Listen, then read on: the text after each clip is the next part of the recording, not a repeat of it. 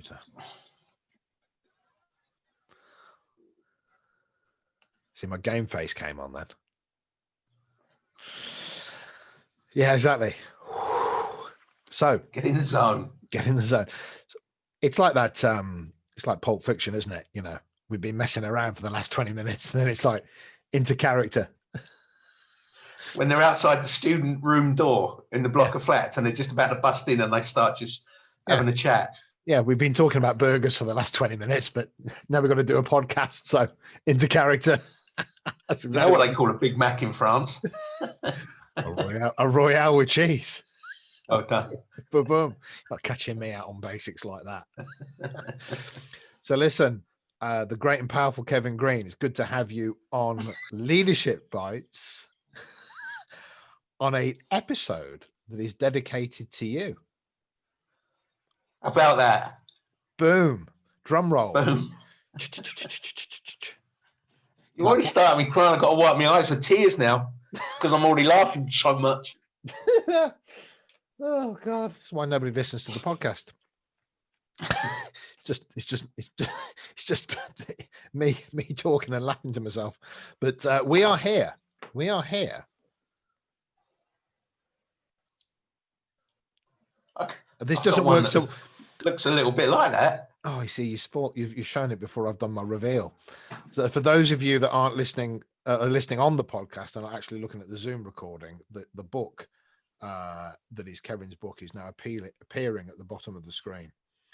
So Kevin has written a book called Performance Leadership 2.0, and it says uncommon sense to achieve uncommon performance at work. So we're going to just have a little chat about the book. And now this is the bit where I embarrass you, Kevin, but there are very few people who I pay attention to, as you well know, as I have the attention span of a goldfish, literally. So there are certain key people that if they do something or say something, I'll listen to it and I'll pay attention to it. And you're one of them. Captured that on video now. Guy, thank you. Because whilst I've probably said as much on a comment on WhatsApp from time to time, I am of the view that opinions are not created equal. Men and women might be, but I do not believe that all opinions are created equal. So when you're willing to say stuff like that about me coming from you, that gets me in the heart. Thank you. Boom. Okay. Well, listen, awesome. Let's talk about the book. Let's also introduce you. Now, people will have if they know me, they'll know that I know you. We've known each other for ever such a long time now. Over must be 20 plus years. Huh? 20 plus years. I was going to say it must be at least 10. Oops. It's like the married couple that go, we've been married for 10 years, 20. You know, something along those lines. So we've worked together. We've had breaks apart from working together. We've then come back and worked together. And now we work on projects from time to time as they come up. In fact, we're about to, if all things go well, we're about to embark on a 12-month project together, which I'm really looking forward to. So I know you, I dare say the word intimately, probably never use that word again. When in your but there is a thing called professional intimacy, isn't there? Easy for you to say. Yes, there is, and that intimacy definitely exists between the two of us. So listen, Kevin Green, I know who you are, but who is Kevin Green? Just a little introduction from you that says, well, if people kind of want to have a sense of who and what I am and what I'm about, this is who I am. Just before we get into the book. Who is Kevin Green is a very, very big question. This is my best stab. In terms of my work, some people have a job, and that's good because it provides shelter. Some people are lucky enough to have a career. I consider what I do to be a calling. I have been so fortunate and so grateful and so blessed that I'm in a role which enables me to spring out of my bed every single morning. I can't remember ever having to scrape myself off a mattress just to go to work, at least for the last 40 15 years. So I'm in love with my work. I'm in love with the difference that I can potentially make for others. If we end up talking about any element of the book which talks about what motivates people to do what they do, my driving human need, my biggest motivator around Kevin Green is contribution, i.e. making a difference. And when I talk about being grateful for the role and the work that I do, I'm in a position where I have a chance, I have a stab at taking people maybe 1% closer to their potential after and during the work that I do with them. That sets me alight. I'm really flipping enthusiastic and passionate about that stuff. My other roles in this world are, I am a father. I have a 25-year-old son called Adam, who got a first degree in business and economics, and I'm so proud of him. He worked so hard during his university career, and he is making his mark in the world now as a pay-per-click account manager, doing very well as well, already received 2 promotions, and I'm in love with my wife, Jill, who I've been extremely happily married to for the last 20 years. And that probably links us to the first part of the book where everybody does their acknowledgements, right? My first acknowledgement was to my wife. She's a nurse. The book provided me with space in my calendar to write the book, and I'd run out of excuses to not write it. You nagged me and bullied me into doing it. My diary emptied because of COVID, and the first thing I wanted to do was say, well done, Jill, my wife, because when we go out of our doors at Thursday on an 8 o'clock, when we used to clap for carers, I knew that I was clapping for my wife. And then on a Thursday in April, I think it was the 3rd week in April, she was interviewed on BBC national news. And so millions of people around the country ended up meeting my wife. And so I'm talking about my role as husband.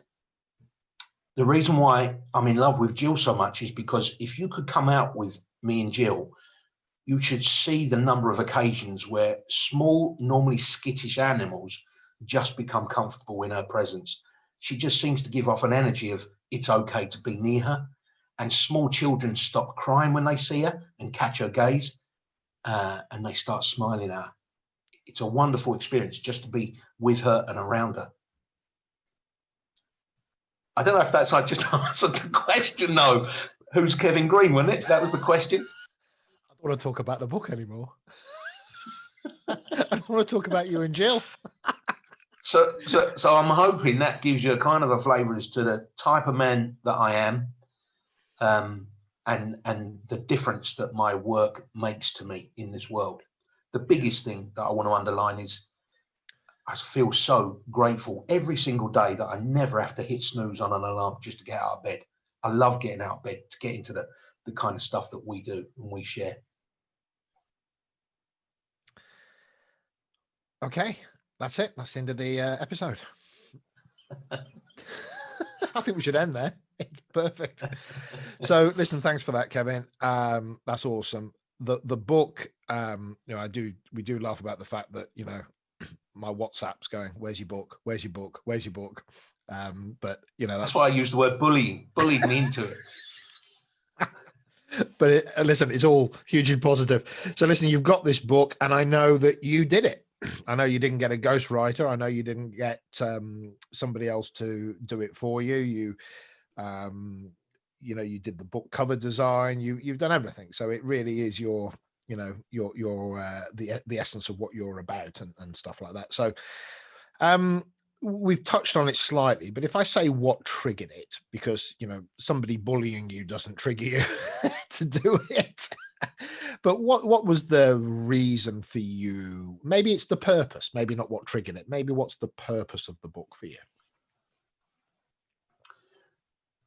I'd like to talk about only briefly 2 things that were not the purpose, because that leads me nicely into what did drive me.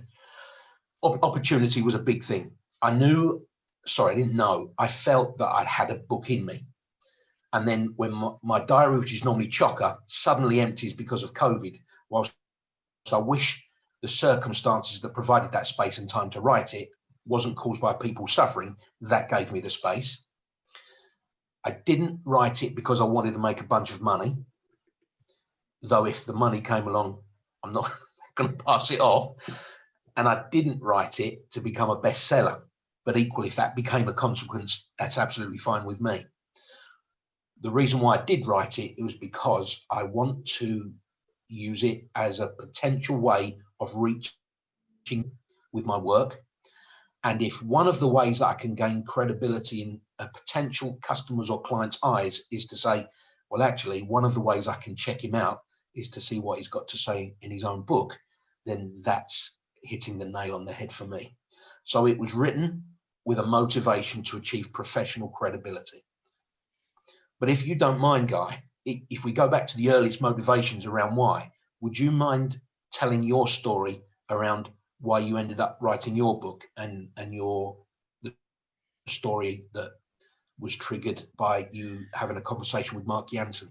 Yeah, so Mark Jansen, who we both know and I reported into as a boss slash mentor for many years, who I've got, I think he is probably one of the most capable leader managers I've ever come across in terms of his intellect and his empathy and his drive and his motivation. He's an incredible human being. So, and he was incredibly tolerant of me, as we all know, which requires a lot of tolerance. And, he which is effective leadership, by the way. Yeah, exactly. He gave me a lot of space. Adapting to the needs of, Yeah, probably more than I deserved many times. But the point of that is, the having a book in you. I'd been messing about with a book for a long time and I couldn't get it out of myself, so to speak. And we went to a conference and there was a speaker. He was all right. And he had a book. And he gave the book out, which was fine. And I thought, I'll read a bit of this because, I'm trying to write a book. And it was gibberish, basically. And that's why I'm not saying who it was or when it was. And it was literally unreadable. Well, it wasn't unreadable. It was like it was written for like children. And I came downstairs the next day, sat down and said to Mark, that book? And Mark, I went, it's absolute gibberish. I mean, it's written for children. And I just went on and on and on. And Mark, being Mark, just let me witter on. And then after, probably at the point where he had something actually that he needed to do, stopped me and went, Guy, can I stop you for a second? I go, yeah. He goes, his rubbish book? I went, yeah. He goes, it's better than your no book, though, isn't it? It's brilliant, isn't it? Brilliant. And I will never get tired of listening to that story. And it made me just go, oh, God. Because he absolutely nailed it. It was, you can't really have an opinion on a thing that you haven't generated. I mean, you can, but it's rather childish to say that's rubbish, but I haven't done one. And you have a very keen and accurate critical eye, Guy. But in the end, I think what Mark Jansen achieved there is self-awareness, accountability, and the fact that we realize that nobody ever builds statues for critics. And it really put you. It was a challenge. It was also a challenge. It was, it was him really saying to me, put up or shut up. It was, he'd heard me talk about a book over time, and so that's the. And actually, if we think about what performance management, performance leadership is, it's not all in a room at 3 o'clock having your performance review, is it? It's actually a passing reflection, insight, challenge, call to arms, counsel, mentorship, all in one statement sometimes. And I think so, that's quite interesting. I think it's a wonderful story and answers the question around you passed that story on to me. You gave me the right mindset and assistance every now and again to point me in the right direction of how I could get it done, how I could organize and arrange my thinking. But it also provides an example of the book's title. What Mark did for you, not to you, what Mark did for you in that conversation is achieve performance leadership. I think performance management might have been to cover in your next one-to-one, Guy, I find you'd be critical of your peers. You had 9 bad things to say about that author, and you couldn't even find one good thing. That might have been the performance management conversation. Could you bring to work a more cheerful outlook in future, please, Guy? Might be the typical performance management conversations. But when Mark does it so artfully and with skill and incision and says, do you know his rubbish book, Guy? Better than your notebook, isn't it? It just took one sentence and it's hit the mark. It's hit the bullseye. And I think that's performance leadership. Well, I noticed that on the inside of the jacket, it says performance management. And I'm holding it up for those of us that are watching the video, and performance management's crossed out, and then it says leadership underneath, and 2.0. So hopefully it'd be great to pick up on that a little bit and follow on from that, thinking that for you, there is a difference between performance management and performance leadership. Yeah, I wanted to visually make that point, because performance management, I think, is a term talked about mostly.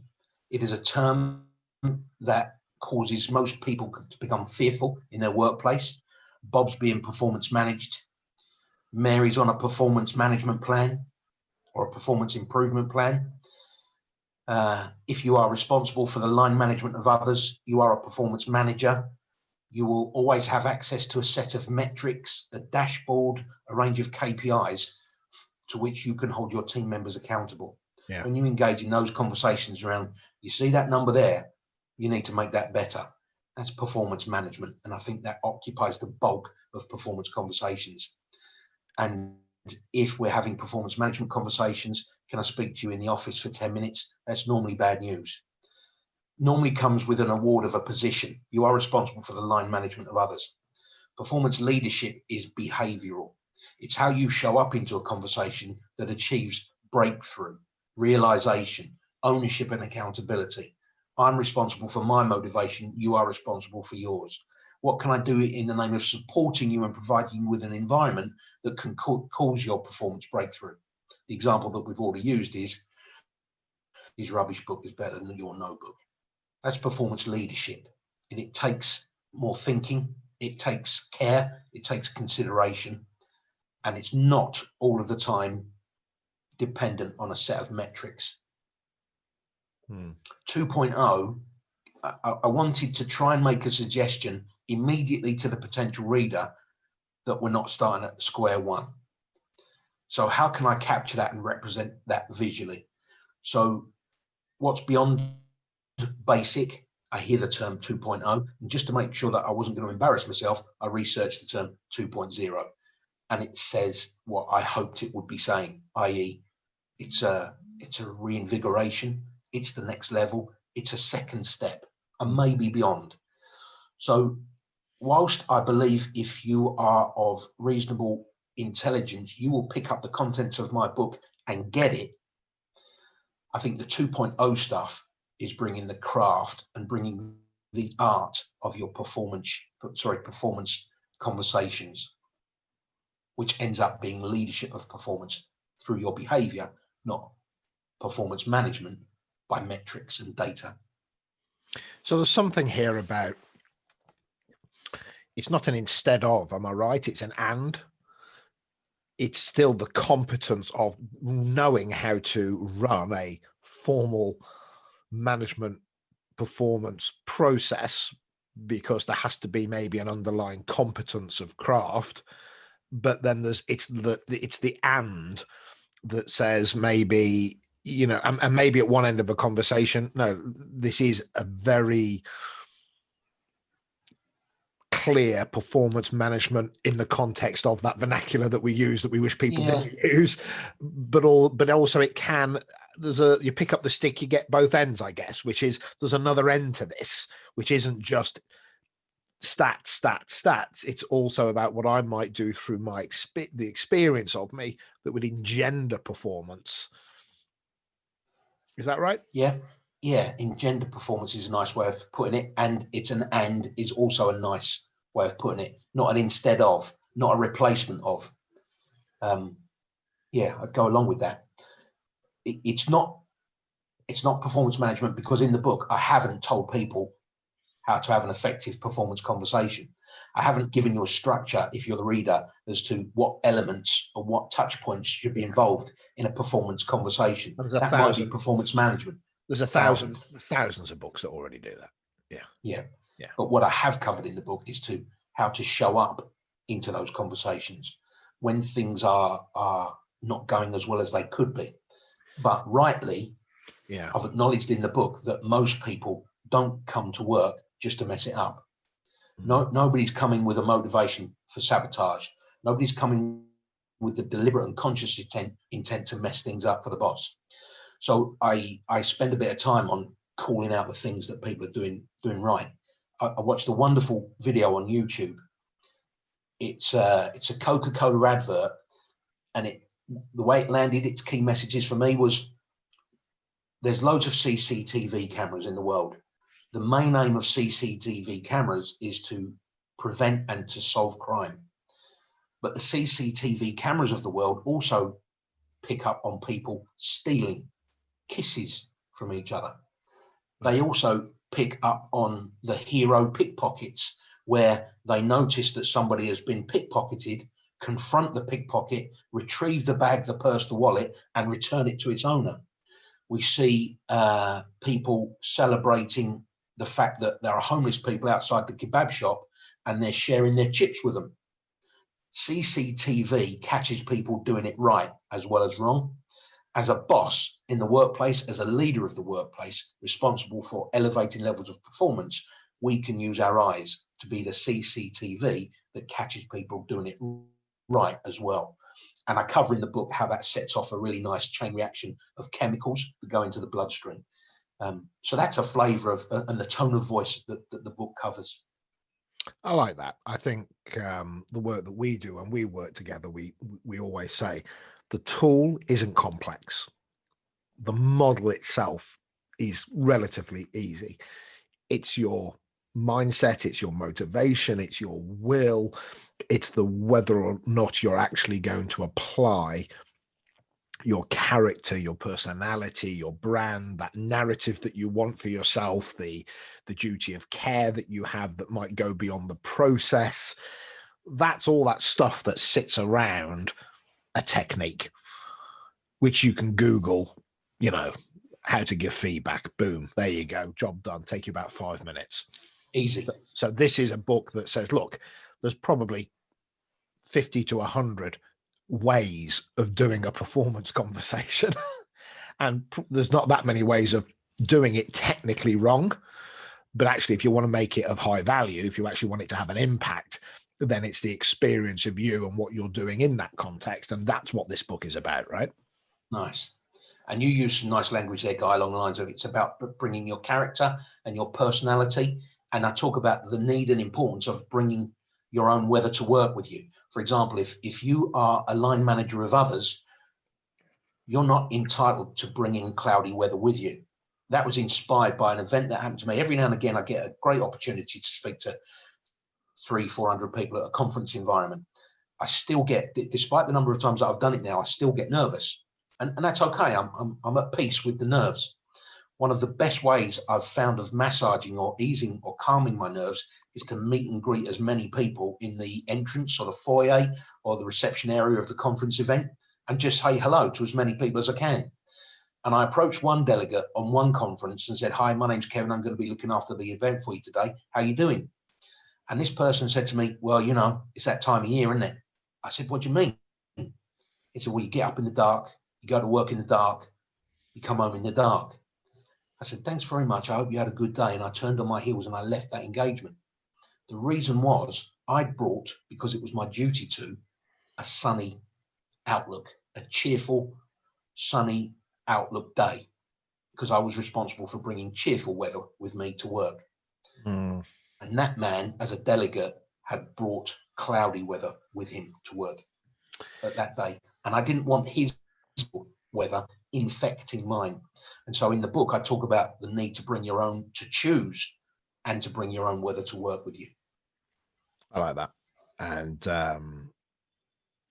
yeah, I was just looking something up here, which is the and I can never say his name right, which is why I was looking it up. I know how to spell it, but when you say I was looking something up, you need a Jamie, don't you? Yeah. So if any of you know the Joe Rogan reference, yeah, Joe Rogan, the ultimate podcaster, has a Jamie, and that's a Jamie who basically, as Joe Rogan speaks, Jamie is almost in real time pulling stuff up for Joe Rogan to look at, and he's a wizard on the internet in that. And I think it's Goethe, which is Goethe. I'm almost certainly saying that wrong. But he in one of his quotes is, "I have come to the frightening conclusion that I am the decisive element. It is my personal approach that creates the climate. It is my daily mood that makes the weather," to your reference. "In all situations, it is my response that decides whether a crisis is to be escalated or de-escalated, and a person is to be humanized or dehumanized." Superb. Nails it. And that fits, doesn't it? That way you're absolutely really where you're coming from on that, and I that really resonates with me. Absolutely. And another thing you mentioned about bringing your character and your personality to work, I try to reinvigorate performance conversations in the book along the lines of, well, okay, things aren't going too well for you at the moment, Bob. So how much do you think of yourself are you applying at work today? And sometimes people would turn around and say, I don't know, probably 80%. It's a bit rubbish around here lately, isn't it? You're probably 85% maybe tops. Well, don't worry, because I'm not going to go to HR and ask for a 20% deduction of your salary this month. But I do want to remind you that when we entered into our bargain with each other, you signed up for 100% of you, regardless of whether or not you think it's fantastic or rubbish here. Now, I'm not saying that has to be a literal conversation, but I think the reinvigoration of the thinking around performance conversations can be like that. And I think what I've always loved about there's the exposure to other people helps me be better at things, right? And one of the things I've always admired about the way that you deliver that thinking, which I know is present in the book, is a expectation of fulfilling an agreement that sits between two people. I'm your manager, you're my line report. But that's not about hierarchy. I mean, there is one, but we need to have a contract between the two of us. You want to be dealt with in this way, and I need this from you, and we promise to do this with each other, and et cetera, et cetera. And so I always see that way of your verbalizing, am I right in saying, and have we understood each other, and would it be fair to say, because you're going down that road of, there might be a process here, but this is really about what you and I are agreeing. This is really about the honesty between the two of us and how genuine that can be.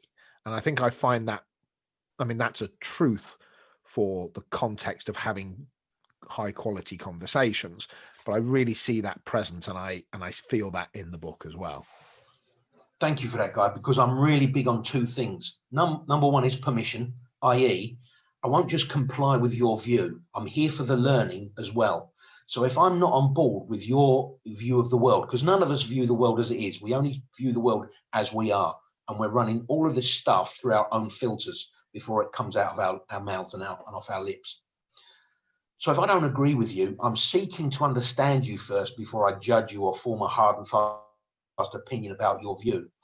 So I'm big on permission and saying, actually, Guy, I'm not on board with the way you've just described that. Can we dig a little bit deeper? Because I'm curious. I want to make sure I understand you before I challenge you. But I'll seek your permission to do that. And that normally makes you feel safe under the weight of a challenge. So I'm big on permission. And I'm also big on summarizing, because I don't want to have a 30-minute performance conversation with somebody with me exiting with one view of what we've just agreed and you exiting with a completely different version. So for every chunk of conversation, I don't care if that chunk is 2 minutes or 20, I'm going to press pause. So Guy, so far, I think we're signing up to, or Guy, am I right in saying, which was the language you used. So those are two things that I'm big on: permission to challenge normally, so that I can understand you, and summarizing to make sure that I'm on the right page with you. I think summarizing is it's a constant summarizing with the intent that the other person is listening to the summary to calibrate what I've just said. And that's something that I really know that we focus on, which is that it's, I'm showing you that I've listened, but I need you to listen to my summary of having listened with the intent that you give it a thumbs up, not quite, that's not quite what I heard, or that's not quite what I meant, or a challenge to my understanding. So there's this constant theme of, be it a conversation, be it a performance leadership conversation, as I will now call it, and never refer to it as a performance management conversation again. That's my taking that on board. Thank you. What a difference we're making already to the world. Bloody hell, mate, between the two of us. And but what I recognize is it can't be passive. It can't be a passive interaction. It's not you turning up and I am doing it to you. We are going into a interaction, and there's going to be a partnership here. Yes, I have probably the positional power, in if it's hierarchical, but the reality is, if that has to be utilized, then something's gone wrong. And I have to come to the realization and acceptance that if I only ever wield hierarchy, positional power with you to influence you, I'm never going to get the best performance from you. Yeah. There's always going to be something subconsciously held back because I'm being done to by the hierarchy of my line manager, the position of power of my line manager. The other thing that I think we achieve when we take time to summarize well, accurately and skillfully, is that probably not the best choice of words, but I end up scoring quite a lot of points with you because you now know that I've shown up into this conversation to understand you, not to respond to you, not to press on with my agenda for you. So the better I am at summarizing your view of this situation, you know that I'm invested, you know that I care, you know that I've paid attention, and your voice is therefore heard and valued. Yeah. That's achieved by summaries as well. What's the reaction to the book been so far, Kevin? It's early days. Like I said, I never wrote it with the motivation to sell thousands, but with relief, all of the reviews so far have been 5-star on Amazon. The biggest risk that I took was asking my brother-in-law is an entrepreneur. He owns property in the northeast of England. As his home, he bought an old hotel and just converted it to his house. The only reason I'm saying no, he trades money. He trades not stocks and shares. He trades futures, foreign exchange. It's a different world to me. Maybe you as well, but he's clearly a very switched on and intelligent man, and he's made his money a couple of times over. So as an entrepreneur, I knew out of maybe just family loyalty, he was always going to buy his brother-in-law's book. But because he is so flipping comfortable in his own skin, my biggest fear was he would write a review, and if he thought it was garbage, he's earned his right to call it garbage, and he would have, even though I'm family, he would have entered 1 star and say what a waste of time that was. But his review on Amazon talks about him being unable to put it down, having delivered so many performance management interventions for the time when he was a consultant at PwC, talks about never engaged with performance management or leadership content like this in the past. Breath of fresh air. I can't remember the last time I was able to read a book in one sitting because I wanted to, and 5 stars. So when his review landed, massive sigh of relief and a highly credible reaction, positive reaction to the book, and others have followed suit. I've been really, really pleased the reaction to it. I think what comes across is the way that I've constructed it. I divided it into two things. Book one is about you're the problem. Actually, it's not them. It's not the team members that you should be getting more out of. It's you. What kind of a role model are you? So book one, or part one of the book, is devoted to you as boss. And then book two is it's not you, it is them. And these are the performance leadership conversations that can be reinvigorated. The other thing that I try to achieve with balance is it's either founded on existing research, existing frameworks that are just good in their own accord and stand up to scrutiny, things that I've applied with my own success in the past, and I tell stories of successful application of everything. So it's very practical in the not only the what's but the how's. And where I wasn't completely satisfied with the original creator's own work, I've moved it on, I hope, a nudge or two or a notch or two.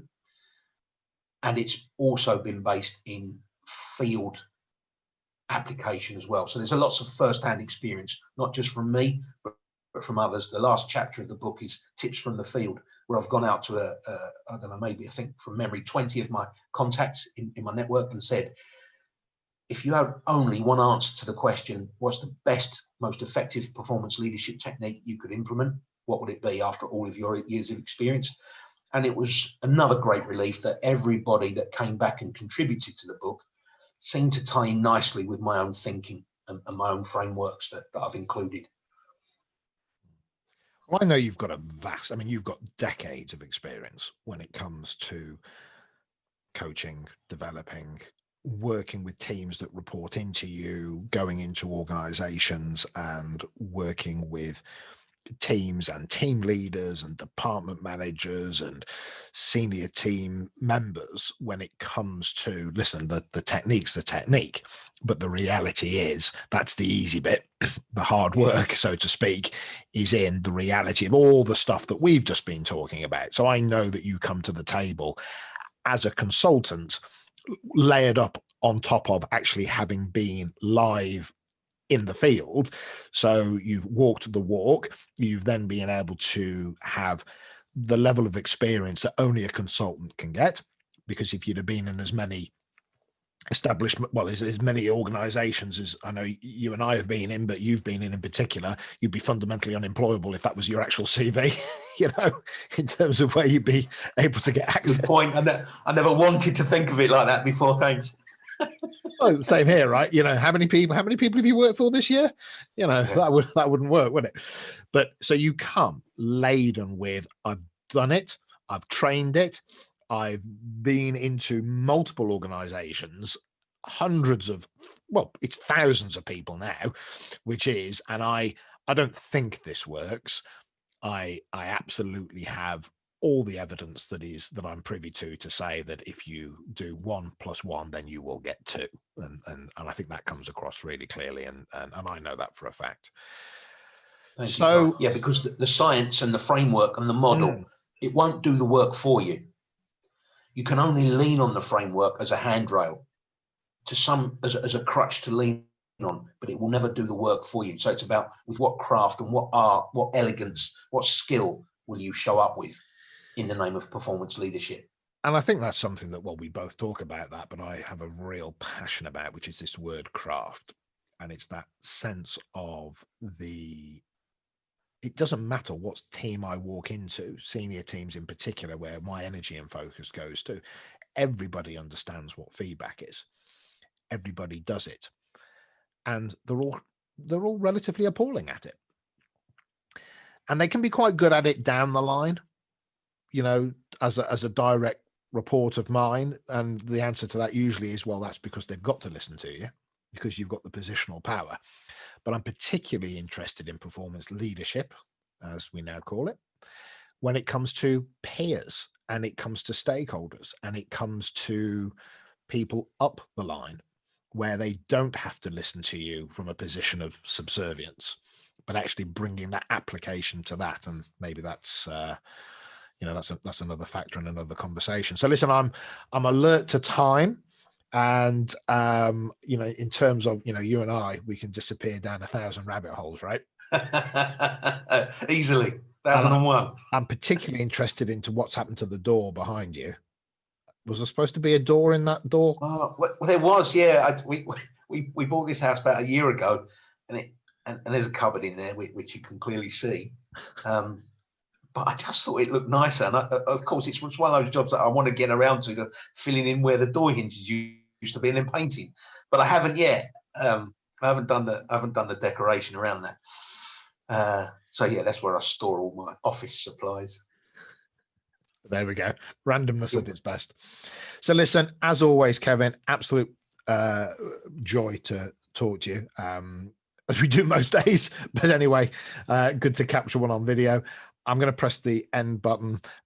Your book, Performance Leadership 2.0, obviously on Amazon. I'll put a link to it in the description on the podcast episode as well, so people can just link to it directly. And I'll also put a link to you for LinkedIn. So again, people can connect and say hi if they want to. On that note, I'll press the stop button. We'll stay on just for a few minutes and have a chat. And thank you for coming on Leadership Bites, Kevin.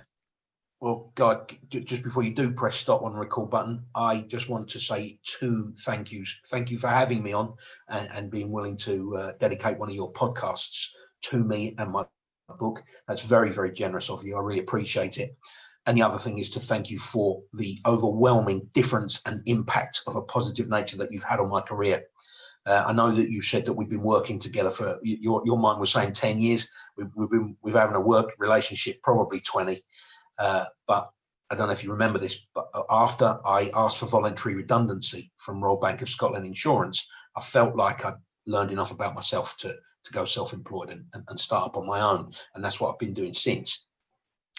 But one of the occasions you got in touch was to say, you might be right for us. Can you come along and have a chat? And the original chat just wasn't right for me in terms of the timing. And then you got in touch about 6 months, maybe even 12 months after that, and we got together again. And this time it was right in terms of look, feel, what the relationship could be. And I've never looked back. And I know I got to thank you for sponsoring on being my sponsor to get me on my first major leadership development program. So it just feels that this is another platform I have to express my gratitude to you. Thank you. That's very much appreciated. Thank you very much. On that note, thank you, sir. And stay on the line, caller. Take care, Kevin. Thank you, Guy. Bye-bye.